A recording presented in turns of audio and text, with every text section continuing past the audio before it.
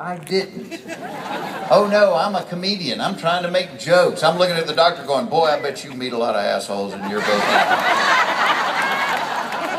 Not even a snicker. That's funny. I don't care who you are. That's funny right there.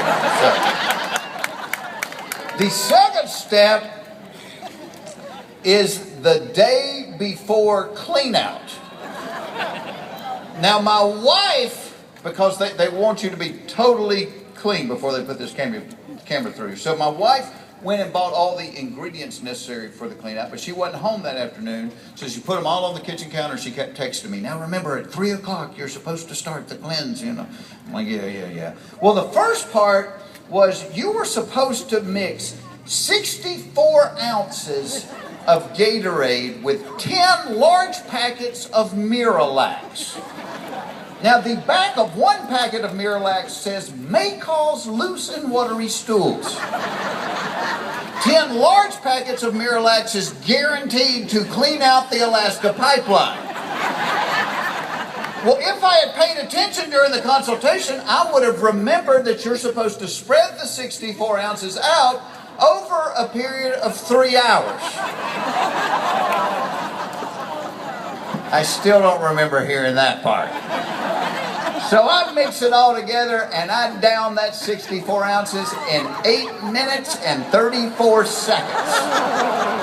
And I know because I timed myself. Now the only thing left on the counter is a bottle of something called magnesium citrate. 2 drops of this stuff will pull the Eiffel Tower out of the earth. And I remember the doctor saying everybody had to drink half a bottle, but some people might have to drink the whole bottle. And I thought, well, I don't want to have to come back later and do this again. So I popped the top, I hold my nose, and I down the whole thing.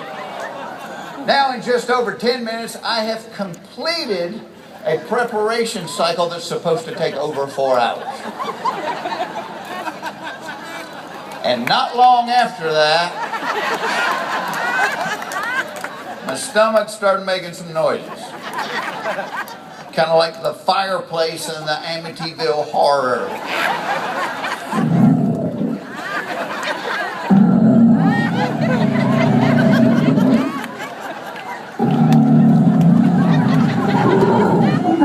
Run through the bowels, run through the bowels, run through the bowels. Get out. At which point my underwear tapped me on the shoulder and said, run.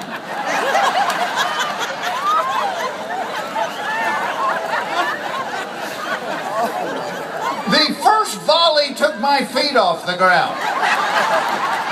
I was physically afraid.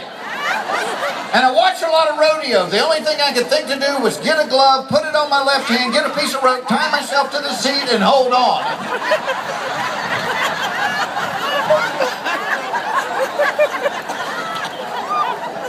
I passed everything I've ever eaten in my entire life. I passed things I had only thought about eating. I passed things my neighbors had eaten. I passed a red bicycle we keep in the garage.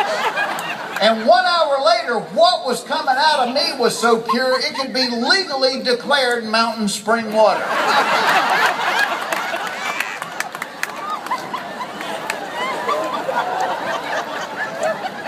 I was ready for my test. So the next morning, I go down to the doctor's office. This was the part I was dreading the most.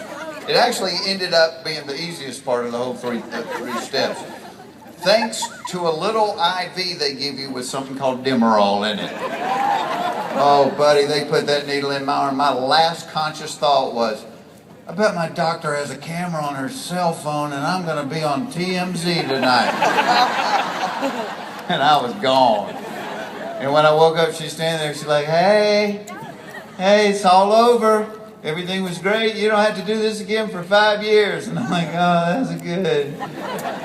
So she left, and I set up. I had one of those little hospital gowns on, and at the end of the bed, there was my shirt and my blue jeans. So I grabbed my shirt, and I started to unbutton it to put it on. And I hear a woman say, what are you doing? Well, I turned around, there's a nurse in the corner. I hadn't even noticed. And I said, well, I guess I'm going home. She said, guess again. I said, what's the problem? She said, well, in order to get the camera through you, they have to inflate your intestines with air, and you can't go home until you give the air back.